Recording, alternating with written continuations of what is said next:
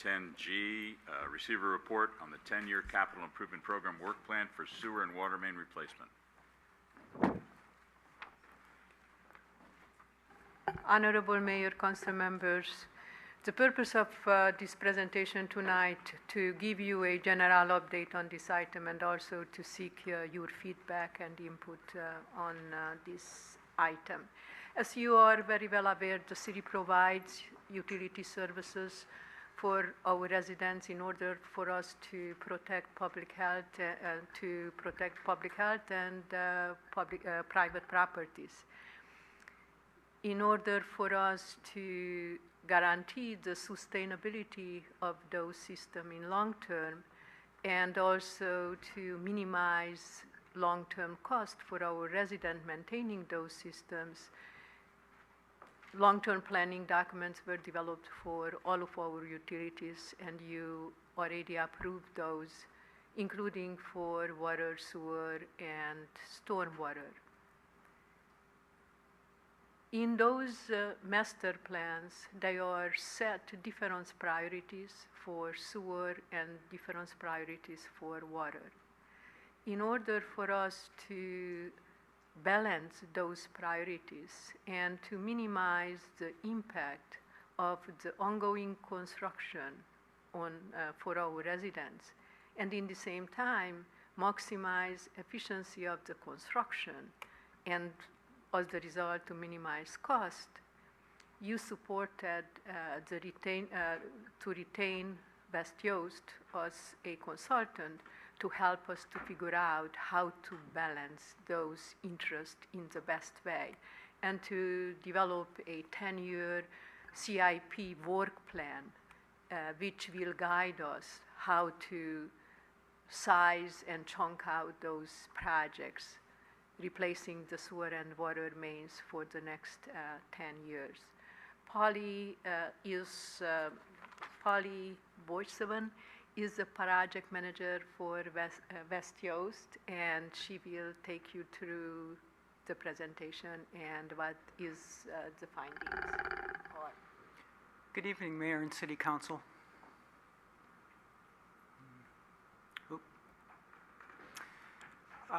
As Clara established, the purpose of the program is to establish a coordinated sewer and water main replacement program that will go over the next 10 years. Again, this is drawing on projects that were developed in the sewer and the water master plans and putting them together in a coordinated fashion. The program will minimize disruptions to city residents and businesses by constructing improvements for both the water and sewer at the same time, so you're not having to go back in later and tear up a street that's already been torn up before. And then there's also an opportunity to include other utility and street improvements in affected streets as funding permits. The program will maximize the efficiency and reduce mobilization costs. What we're looking at is bundling projects so that there are both economies of scale and efficiencies in contracting by doing so. The program will meet regulatory deadlines. These are primarily on the sewer side, some sewer capacity improvements that have regulatory deadlines to be met. And then lastly, the program will improve reliability and reduce maintenance. The total program cost is about $100 million over the next 10 years. That's a capital cost. That number was derived from the sewer and water main replacement programs that were in the sewer and water master plans, looking at all the pipeline projects that were identified in the next 10 years. There is an opportunity to include other improvements. Funding can be identified. That includes storm drain improvements. Those were identified in the recently completed storm drain master plan. Also an opportunity to incorporate street light regulated output circuits. These are the old series circuits that need to be replaced. And then lastly, to include cable and fiber optic. When we looked at the priorities for the programs, we ended up developing programs in two groups. The first is those that are driven by regulatory deadlines. Again, these are sewer capacity projects. The city has a Baykeeper consent decree that requires that there are no capacity-related sewer overflows after 2019. So those projects need to be implemented by then to meet the consent decree. The second group of projects was looking at neighborhood areas and developing priorities based on the age of pipelines, looking at fire flow, maintenance needs, and so forth. And again, this was looking at the sewer and the water programs together to come up with kind of the best mesh of priorities from the two different programs. This shows a breakdown of the project costs for each of the two programs. The sewer capacity project has a project construction cost that's estimated at $11 million and a project capital cost estimated at $15 million. The main replacement projects has a total project construction cost of $65 million and a capital cost of $88 million. We're recommending that the sewer capacity projects be implemented in 2 groups and that the main replacement projects be implemented in 5 groups. Again, looking at ways to bundle individual projects to maximize the contracting efficiency and to take advantage of economies of scale. This map shows the capacity-related improvements, and you can see that those are spread throughout the city. There's one in particular, the San Mateo Avenue bypass, which is in the downtown area. That's part of the transit corridor, and that project presents an opportunity to improve the downtown as part of the project. So that project would likely be broken out as its own standalone project. The others, which are strictly capacity related, would be bundled together as a single package. And again, for all of these areas, we've also taken the water main improvements that would be in these same streets and bundled them as part of these programs to coordinate those 2 efforts. Here, this schedule shows the proposed schedule for the regulatory capacity projects. Again, singling out the San Mateo Avenue bypass, which would be done as a standalone project, and then bundling the others. We've developed a schedule that runs through 2018 to meet the regulatory deadlines. This next map shows the main replacement projects, again, sewer and water main replacement projects for the different neighborhood areas in the downtown.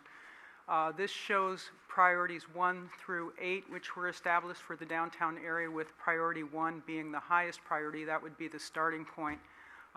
Priority 1 is right in the downtown area, priority 2 in the avenues, then we move to the north of the downtown and the south and work our way through. Of these 8 priority areas that were identified, we're estimating right now that 5 could be funded in the 10-year time frame. This shows the schedule for the main replacement projects. Again, we've staggered these because of the need to get the capacity projects underway and implemented by 2019. We've pushed the first priority projects for the main replacement out a little bit further, starting in 2015 with design activities, and then moving forward, running through 2024. In the future, we'll be coming back to you with updates, giving you periodic briefings on the progress of the program, and then informing you of also any updates or adjustments to the program. Before concluding this presentation, I would like just to add one additional information what I felt to mention, that this cost related to the water and sewer replacement is included in our rate study and was considered as part of our rate study for water and sewer. No other utilities are funded, only just the water and sewer main replacement. And also I want to point out that Mark Reinhardt, who is responsible for water, and also Dennis Bosch, who is responsible for sewer, they are here to help us with any answer and to hear your feedback and input. Good. There's no action this evening. Any questions on the report at all? Through the chair, just one quick question. I believe when we initially did the rate study, we estimated that the increase that we're currently under, which I believe was a 5-year period that we approved, would continue during the life of this 10-year program. So it would be an increase, an annual increase of 10% going forward. You are correct. Okay. And if, for whatever reason, at the end of this period, the council decided not to continue that level of increase per year, how bad would that be for this program? Certainly, that will be reassessed at that time. Things can change. That's why this presentation is a work program, and this has to be updated. And as you go, the construction cost, you see in the last year how much the construction costs really escalated, and the construction environment is changing. Depending, this is a planning level design for most of this project, that during the design those will be further refined, but no question that reducing the investment level will have an impact on the city's capability to replace the system in the same aggressive manner that probably will extend the time frame when the system will be replaced. Okay. But there would be some opportunity, say if we funded it at maybe a slightly slower pace, there would still be some opportunity to tweak the plan and make adjustments and still have it be a valid 10-year plan. Absolutely. This is, all of these documents or planning document, including the master plan, really show the overall need, but those are assessed as a high level feasibility level, not detailed level. Even for our sewer system, will be implemented a ongoing video inspection program that the city will learn even more on ongoing basis about our system itself, and that those new informations will guide us on ongoing basis how to best way manage the system and minimize overall cost. Minimizing cost always will be a main objective for managing the system. Okay, very good, thank you.